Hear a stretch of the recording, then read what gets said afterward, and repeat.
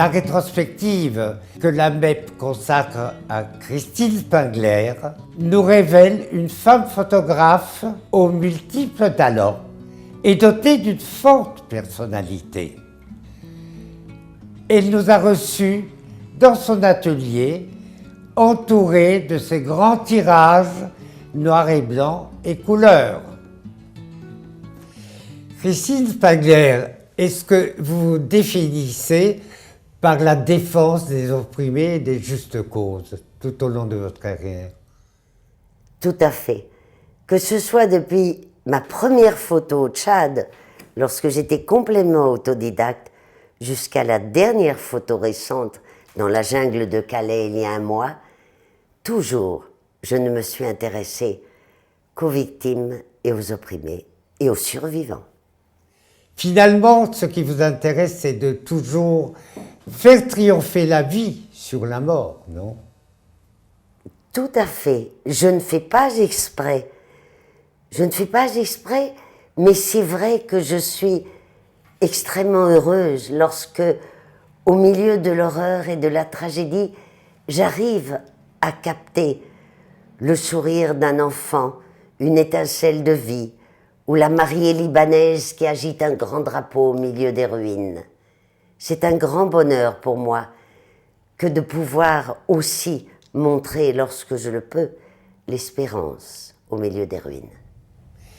Vous avez aussi une activité de plasticienne, mais vous l'avez toujours eue, paraît-il, même au moment des reportages de guerre.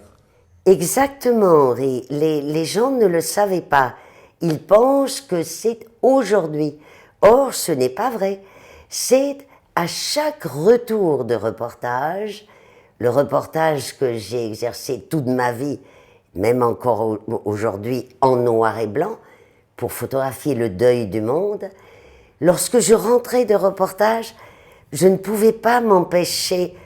C'était comme un exorcisme pour exorciser toute cette douleur que j'avais vue, de me souvenir de mon enfance madrilène à l'ombre des grands maîtres du Prado, et aussi évidemment l'inspiration de ma mère, Huguette Spengler, qui était une artiste surréaliste et qui travaillait devant nous, enfants. Et toutes ces couleurs flamboyantes que je me suis toujours interdite délibérément dans la guerre, comme une explosion, un triomphe, comme vous dites si bien, de la vie sur la mort.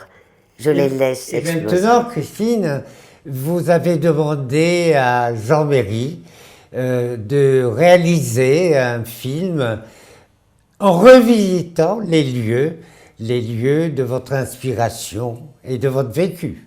Pourquoi? Oui, ça, c'est sans doute ce qui va être le plus original, parce que tout le monde fait toujours des documentaires sur moi, la femme en noir, que dans la guerre. Dans le monde arabe, on m'appelle la Saouda, la femme en noir. Jean Méry est mon ami depuis des années. Je vous ai accompagné les deux au mois de la photo, du premier mois de la photo du Liban à Beyrouth. Notre amitié s'est renforcée. Il paraît que c'est la seule personne avec qui je suis complètement naturelle. Et c'est vrai, j'ai une confiance absolue en lui. Alors, Jean, cette fois-ci, il va dévoiler l'autre facette, la facette cachée, la facette couleur. Et c'est ainsi que nous sommes allés à Madrid, la ville de mon enfance, à l'ombre des grands maîtres du Prado, la corrida. Et plus récemment, il m'a accompagné à Ibiza, aussi l'île de mon enfance, mais où peu à peu, après toutes ces années de deuil et de guerre, j'ai enfin retrouvé la sérénité et oublié l'odeur de la poudre. Merci. Merci à vous, cher Henri.